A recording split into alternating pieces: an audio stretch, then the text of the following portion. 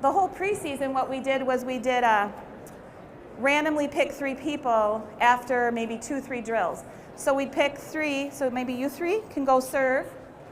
Oh, sorry, over here. And the rest of the team is on the line. And they're just waiting, because see, we want to put pressure on the server, because this is a game, and we want to have that 1-second serve, which I'm not going to make them do, because we didn't practice it, but they're waiting to run if they miss. So what we need to do is they're going to go in order, like you would in a game, because you have to pause in a game. Remember, you rally and then you serve again. So we're going to go in order. So it's going to go 1, 2, 3. If you miss, you start over, or wait, you're out, and then you would go until you get 3 in a row. So it's a 1 and a 1 and a 2 and a 2 and a 3 and a 3. So if you miss, everybody runs. We do it right. So we're going to start. Great serve. Next server. So now they each have 1. Now we're going to go again. So you're trying to get 3 in a row. So for our team, I might say it's a 1-second serve. So I have somebody timing it, saying yes or no, and then the team has to run. So it amps up a pressure serve situation to get good in the game. So now each of them have 2. Now he got 3. Now they have to run. Well, I'm not making them, but so we tally at the end. I forgot. Thanks, Lynn. So now we're on 1 because it was a miss, and so you start over, and if you got 3, so you're done. And did you get 3? So you're done. So you can go over the line. So the team has to do 1 right now because there was only 1 miss. Now you have to get 3 in a row. So we put it on her, the pressure. Nice. So that's 1. So it seems real simple. I believe it's really hard to simulate game-like serving in practice. It's really, really hard. So she did it. So the team only has to do 1 sprint, which we won't make you do. But what we do a lot is we call them touch 6s, which again is from national team stuff. But it's 1, 2, 3, 4, 5, 6. And we time that because we want hustle. So we maybe say 13 seconds. You have to get it done.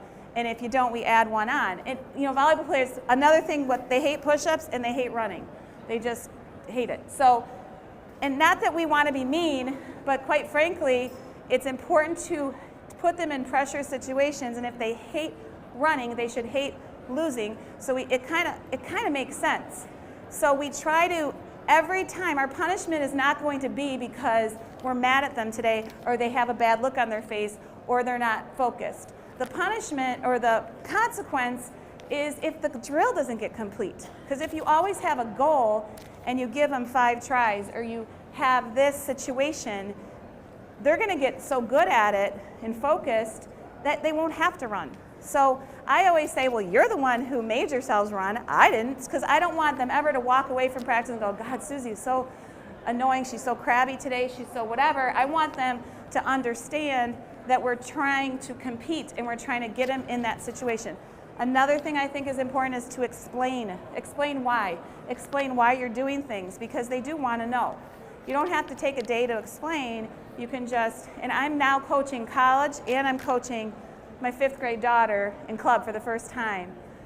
Coaching club, and it's just 3 weeks in and I'm already tired. But I will say that I'm explaining things to them. I want them to learn, the way to do it, but we're doing push-ups with them.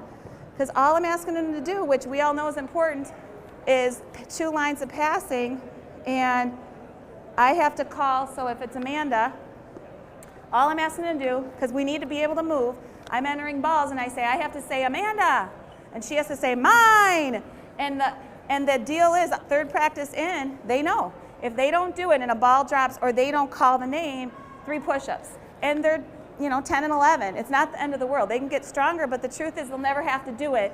We have to teach them to communicate and move. We run a lot of camps, and it's amazing how little kids they don't want to move. They don't want to move outside of here. So teaching them at a young age is great to get that communication.